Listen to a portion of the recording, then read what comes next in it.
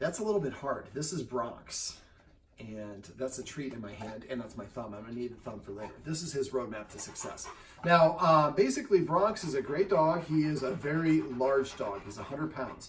And he has bit a couple people, but it was, from what I understand, it was when he had possession of items. So I'm pretty sure it's resource guarding, which is why we did the video above. He's breathing heavy because he is out of shape and carrying a little bit more weight. You and me both need to go on a diet, buddy. Yes, how about a down? Lie, or lay, excuse me. All right, so and basically we started off the video, the session, going over the importance of exercise, because he is just, like I said, he's breathing this heavy. He wasn't doing a lot, but we went over one of our creative ways of exercising, which is basically to pull out a laser. And what we did was we have got a split level, or not a split level home, but we have a split stairs. And so right here we can see the railing. So we basically ran the laser up and down the stairs. We counted each up down as a 1. And it was like 5 times. We did that 3 different times. Once, and it was good for about an hour. Then we did it again. It was good for about another 45 minutes. And then this last one, he's still breathing hard. And this was how long ago? About 20 minutes ago. And yes, and this this jumping up on people, thank you for demonstrating on demand. I want his guardians to interpret this behavior as I need some exercise. And so a lot of times we pet the dog when it does that. Well, that trains him to do it. I would also, the guardians have been practicing the shake. I think that's confusing him a lot. If you like this, you must really like this, is in his mind. And so basically, when he gets like this, what we want to do is we want to use the creative forms of exercise. Either the laser up and down the stairs, throwing the treat up and down the stairs. Now, for the throwing the treat up the stairs, I would definitely do that because it's the same exercise, but it's different than a laser. And right now, we can stand up here, show him that we have a treat, throw it to the bottom, and then give him a command word. So when he looks it up, maybe we say lobby when he goes to the basement. And then we call him back up here. When he comes here, we would say penthouse. Now, the first time he might get a little confused about it because it's a little bit not a straight line. So we might have one of the guardians up here, one of the guardians down there. So just call him to you instead of throwing the treats. When he comes down there, then you say, lobby or whatever it is. After the treat goes in his mouth. Remember, anytime you give a treat, the dog should hear the command word after the treat goes in their mouth. Yes.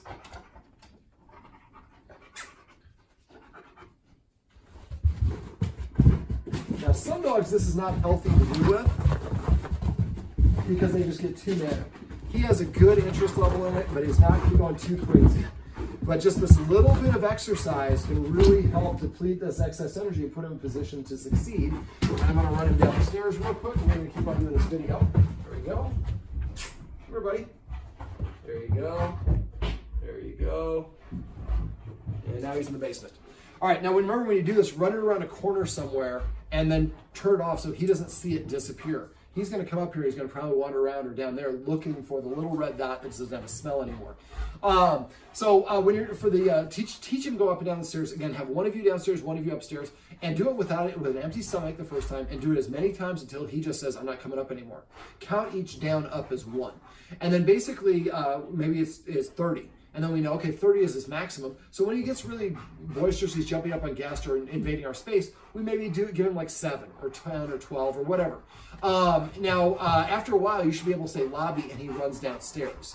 And then you can even call it a circuit where he goes downstairs and then it doesn't get a treat and the person calls him upstairs. And then we call it maybe CrossFit, or some word for a workout, jazzercise, whatever you want to say. And then if you say jazzercise, he's actually doing it right now. He's literally running up and down the stairs.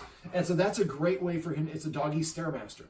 He likes to play fetch, but he doesn't drop. So I taught his guardians how to teach him to drop. And basically do that when he has a low value item in his mouth, not holding it, but exclusively in his mouth. Quietly go over, hold a treat up to him. And don't do this if he freezes when you approach him. That can be an indicator he's resource guarding. We only want to do it, and he seems to only do it with items he's not allowed to have, which is pretty normal, or high value items. So when he's got a ball or something he's allowed to have at any point, and you're not at all, he's not stiff, you don't worry about it, go over there, touch his nose with the treat, and just wait and hold it right here, and wait, don't give him any commands. As soon as he drops it, pop in his mouth, say the word drop, and don't show any interest in the object whatsoever.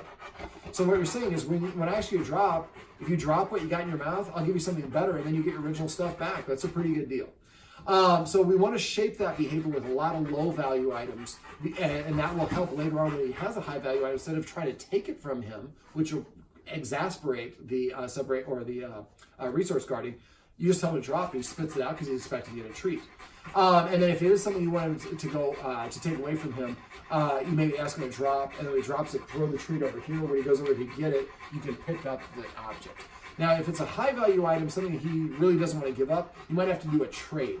And we don't do a trade like where here, we like basically get him to drop, and then when he drops, we give him the treat, and then maybe I take out a bully stick and throw the bully stick over there. He goes and gets an item of equal or greater value away from him, and then I pick this one up.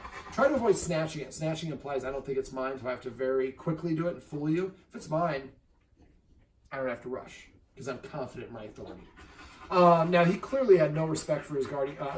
Before we get to that, he does actually really well on walks. And so I'd like the guardians to walk him. Make sure they're walking, he's next to you, not in front of you. Whoever's in front is perceived to be in charge. So if you walk him going to walk with him in front, he's going to be more boisterous and get the wrong impression.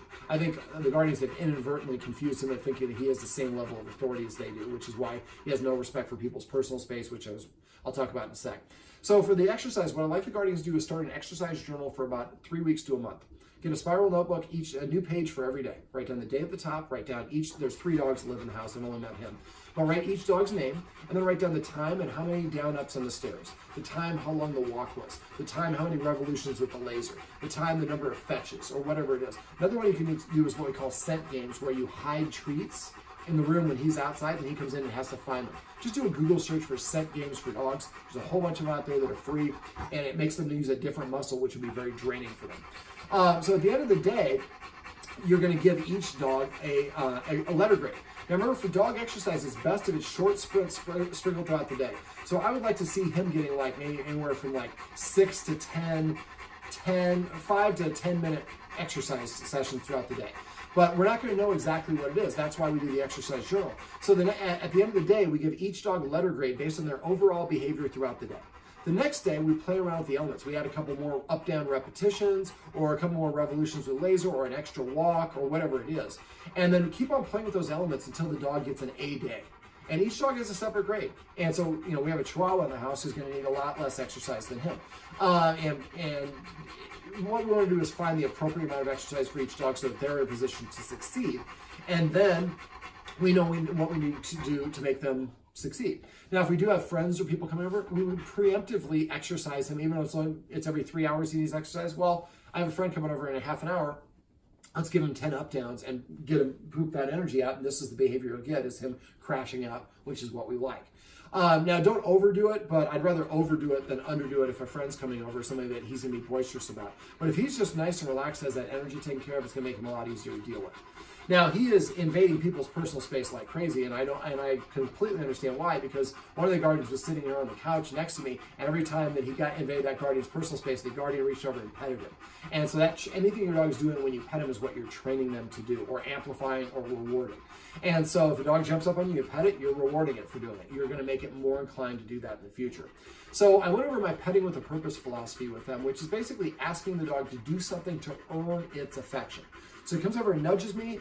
I don't pet him because you're not in charge of me. I tell him instead to sit. He's already sitting. I ask him to sit over here or to lay down. He has to do something to change his state, but don't do the shake. And as soon as he sits, I pet him on his chin and I say the word sit, and exclusively the word sit, not good dog, good boy, none of that, just sit. And then I can pet him as long as I want to after that.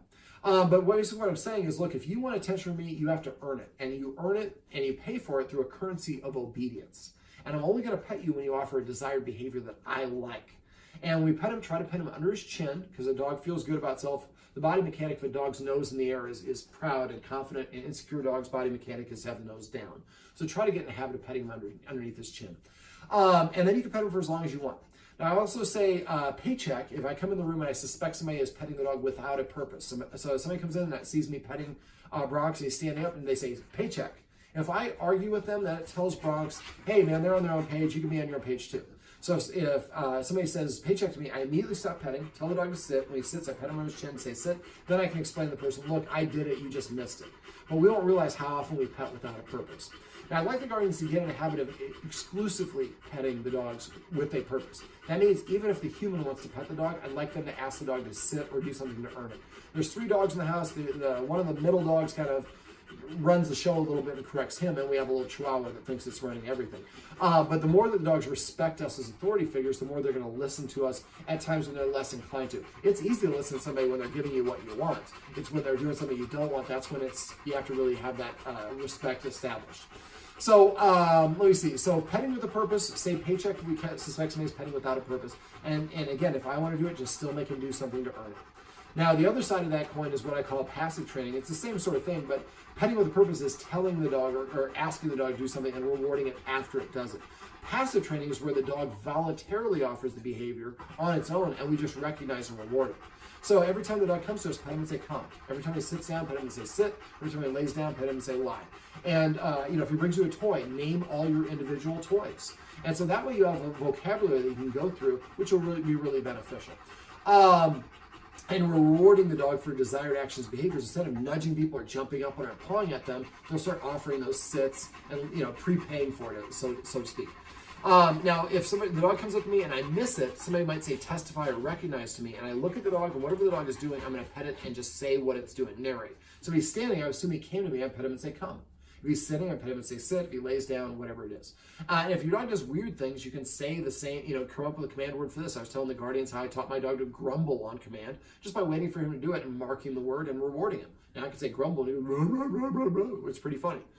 Okay, so let me see. I also taught the guardians how to get a dog to leave the room voluntarily. So if this is the doorway to the room, let's say this is the room and this is the hallway, what I do is if the dog's here, I touch its nose with a treat, I throw the treat about 3 feet in the hallway. When the dog goes and gets it, I say the word out.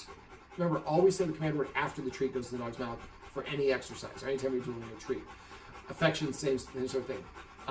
Affection and then say out or whatever it is. But in this case, go to every portal in the house, every doorway, throw a treat, let the dog, and with one dog at a time, let the dog go get it and say out, and it comes back to a second time, and then do the whole loop again, but this time stand here and throw the treat this direction. That way, we're in the kitchen or wherever we are, and we say out, he knows exactly what we want, and he's rewarded and motivated to do so.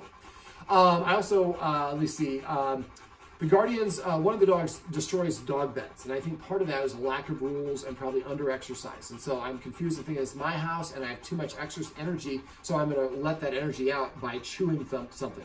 So the guardians, because they're such hardy chewers, really focus on antlers. I would recommend moving over from deer antlers to elk antlers. I would also get a water buffalo horn. I would get a couple of those, actually. Make sure they're somewhat solid or that they have thick walls. If you want too dog like him, he'll splinter it. Those last forever. I would also get nyla bones, rigid plastic that cannot bend at all. They come in different flavors. Everybody gets the ones that look like a skeleton, cartoon skeleton, but you can get them in all sorts of different shapes and sizes. I have one that's a forearm. I have one that's a Tyrannosaurus. I have one that's a shape of a donut. I have one that's a letter Y. I have bacon. I have bacon and barbecue. I don't know if I would recommend the chicken one because it tastes like everything. It's a joke. All right, so let me see. Getting him appropriate chew toys, all the dogs will help with the destruction of the bed. But until the dogs start to see this house as the human's house, that they're just being guests in, they're going to, what's the dog that chews things up? Luna. Luna is probably going to continue. Luna is actually my trainers whose dog went into heat. Her name is Luna as well. So Luna's going to continue to chew up those dog beds. So what I would do is maybe have a dog bed in here or in a room, but only under supervision. So as soon as you're going to leave the room, make sure that dog, because she's getting a habit of chewing these dog beds. But the enforcing rules consistently will really help the dog start to see the humans as authority figures and start to adopt more of a guest mindset. So that was perfect. So we did it 4 times throughout the session, and this is now, the breathing has stopped and he's pooped. All right, so basically for some of the rules we talked about, the humans are going to start eating before they feed the dogs. The humans do a good job. They actually have a lot more structure than most of my clients. They don't let the dogs on the furniture. The dogs have to wait for permission to eat, but they leave the food out afterwards. So start feeding them exactly the amount that dog should have for that particular meal. And I would have the Chihuahua eat first. She's the smallest and she's the older dog. We want to give her some status. Dogs eat in the order of their rank. When she goes over to eat, come up with a different command word for each dog. Maybe her name is Pescado. And so every time she takes her first bite of food, we say Pescado. She hears it, there's food in her mouth. They hear it, there's no food in their mouth. So to her, that is her command word to eat. Maybe when it's his turn to eat, maybe we call his sushi and we call Luna's pizza. or your favorite restaurant or whatever. Somebody will give you a chuckle. Remember, dogs can read your facial expressions. So if you come up with a funny command word and it makes you smile, the dog is more motivated to want to do that. So when you're coming up with the new tricks and commands, make sure you come up with, I mean, the circle, you could say circle, but for that trick, I call it hurricane. My dog does a circle. And again, it makes people laugh.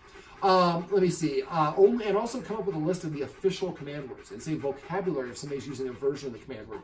Most people say come here, come here, over here, here boy, dog's name, all these different variants. And it makes it harder for the dog because they have to listen for all these words. As humans, we say between 2,000 and 11,000 words a day. So that means the dog has to listen to a lot of words that are not related to them. So if we use just the official command word and only the command word, it makes it easier for the dogs to understand what we mean. I use a unique command word for things where I want to separate the dogs, like for eating their food. I want each dog to have its own command word. Release, I have 4 dogs. I say release, break, freedom, and parole. Again, I like fun command words as the release word for the dog. The release word should never be okay. It's a top 50 U.S. commonly used English word. And so a lot of dogs will be released automatically. So that way, if I have 4 dogs in a stay, I can say break, and then only my dog, Callie, comes out. The other 3 dogs know they have to wait. The rest of the time, they can all have the same command words. Let me see. So some of the rules, the guardian's going to eat something before they feed the dog. When she takes her first bite of food, they're going to say the command word, and then she's on the clock. As soon as she walks away from the bowl, we pick up the bowl, we dump it empty, and then put the empty bowl back down. And then she has to leave the area. And we don't let any dog within another dog, within 7 feet of another dog, when it's eating. That's a challenge for that food. If they're not actively begging, it's inappropriate. And so when the second dog, which probably either him or Luna, depending on who's better behaved, one was really protesting, then let the other dog eat first. And then when that dog's eating, he's not allowed to be within 7 feet either. And so Luna gets to eat, she hears pizza as her command word, or whatever it is. When she's done, she walks away, she leaves food in her bowl, dump it. Now, if you're supposed to get a cup each meal, and they're only 3/4 of the cups, go to feeding 3/4 of the cup so they get practiced at finishing their plate. Once they consistently finish their plate, then you can add maybe a little bit more until you get back to a cup, and the dog will continue eating the appropriate amount. Now, for him to take off weight, I think the exercise is really going to go a long ways towards doing it. But you could also do things like I get fresh green beans, I chop them up, and I take about 10% of the food out, and I put those fresh green beans in. The green beans will help him feel fuller. I also like to give my dogs carrots and broccoli. Carrots and broccoli both ward off 2 types of cancer that are prevalent in dogs. So I give all my dogs a carrot as a bone once a week, and I get a broccoli floret, and I just demolish the floret part at the top on each dog's bowl, and they'll just eat it as they eat their food. But it's prophylactic. It helps ward off a type of cancer. Let me see. And for the food, if you can, try to pick a brand where they have different flavors of the dog food from the same brand. If you change different brands, they'll get really gassy. You want to still deal with the first day I do 75% of the old food, 25% of the new food for all the meals. Second day it's 50-50. Last day, third day it's 75% new food, 25% old food, and then 100% the new food after that. That usually stops them from getting gassy. But changing out the flavor each month will help them be a little bit more motivated. I don't care what your favorite food is. If you like tacos, but you have tacos every single day for every single meal, after a while you're like, can I get an apple? So the variety will help. But the guardian who is feeding, she needs to eat something before, put the food in the bowls, make them wait, and then eat something yourself. It doesn't have to be a real meal. Just grab a chip or cracker, something you can eat in 5 more bites, preferably something that's crunchy.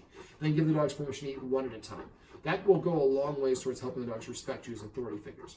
Other rules, I would close the dog door at times and make the dogs sit before we let them out the door. Go to the door and say, sit. Let's say Luna sits, the other 2 don't, then I let Luna out and close the door and not let the other 2 dogs out. I'm paying based on performance from now on. And then if they don't, and then I walk away from the door for 1 minute. After 1 minute, come back to the door and I tell the dog to sit. And if they don't sit within 3 seconds, I walk away this time for 2 minutes, next time for 4 minutes, then for 8 minutes. Keep double the length of time until eventually when you go to the door and say sit, boom. And as soon as they sit down, you open the door. That becomes the reward. And after a while, the dog will go sit at the door as its way of saying, I would like to go outside. When you're on walks, which is definitely something I like to see the guardians do, and you don't have to do it every day, but try to do it with the dog. Maybe try to walk 1 dog a day. It's a great way to demonstrate leadership. Let me see. When I'm on walks, I make dogs sit every time I cross the street. I have 1 dog now. If I'm playing fetch and the ball goes in the street, she will not go get it. Squirrels across the street will not go get it. She knows because she's practiced at not going in the street. The guardians also should practice having the dogs wait and then go down the stairs first, or go into the room first, or go down the hallway first. Dogs should always come afterwards so that they start to see and identify themselves as being that follower position. Let me see. We also went over our other rules that we went over. Not being allowed in the kitchen is a rule the guardians already have. When the guardians are eating, the dogs should not be in the room. Right now, they put them in kind of the dogs have their own room.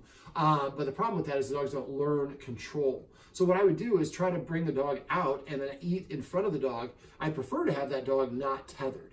And so we can correct the dog and move it away. But if the dog won't listen, then take a leash, run it around the leg of a couch or an elephant for him, so he can't pull it away. Run it through the handle, and then you create a tether. So it's around maybe the leg of the couch or whatever.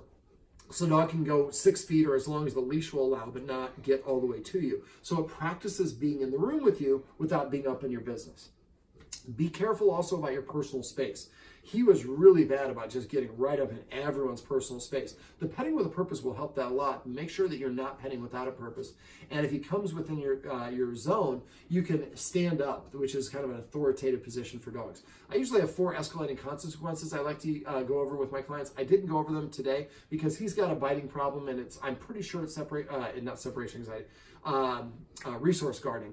But I don't want to do anything that's going to be confrontational. I'm a force-free, positive reinforcement behaviorist. Well, all behaviorists are. If you work with somebody who wants to punish your dog, they're not a behaviorist, even though they say they are. But basically, I want the dogs to want to do things. So I also show the dogs how to use a targeting exercise to move the dog around. Practice that one with each dog, and at first it's just really close. We have dogs walking by the front of the house. The other 2 dogs are away and they can see them.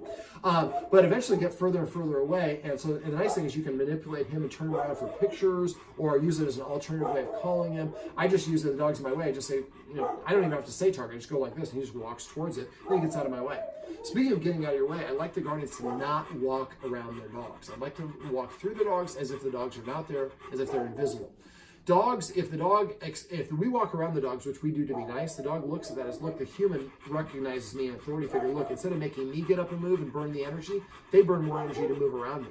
So that tells the dog that it has more authority. We do it to be nice, but it sends the opposite message of what we're trying to accomplish. And it's just nice, especially when you have a little dog. So you have a little chihuahua, you step over them, and they squirt exactly where you're going to put your foot down, and you'll end up breaking their foot.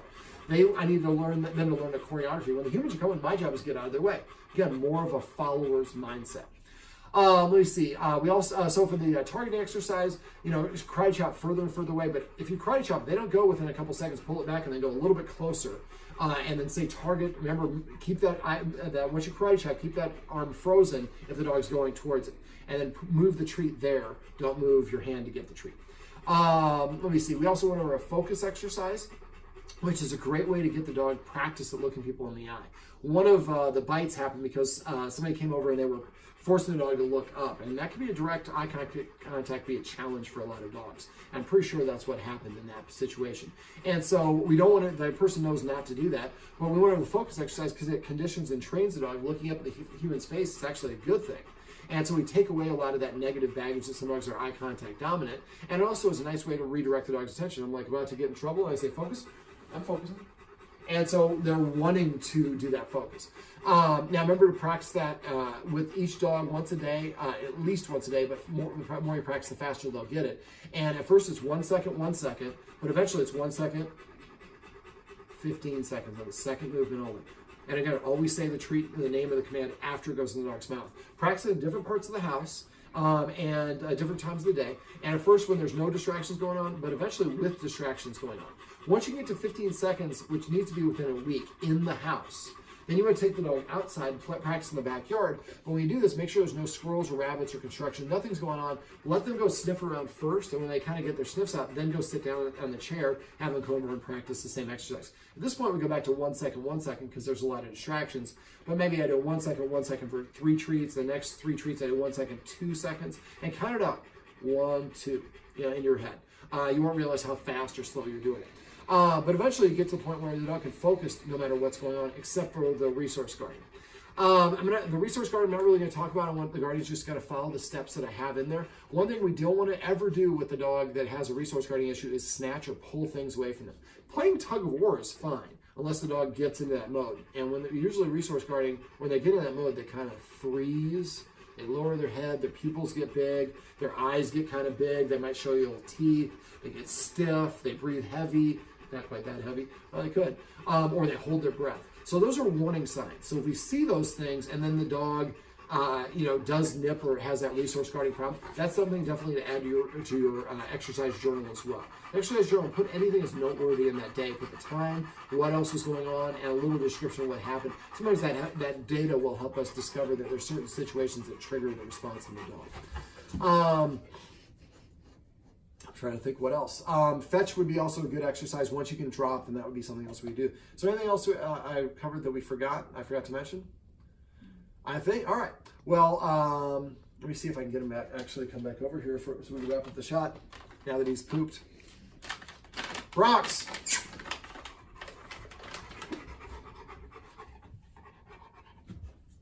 Target.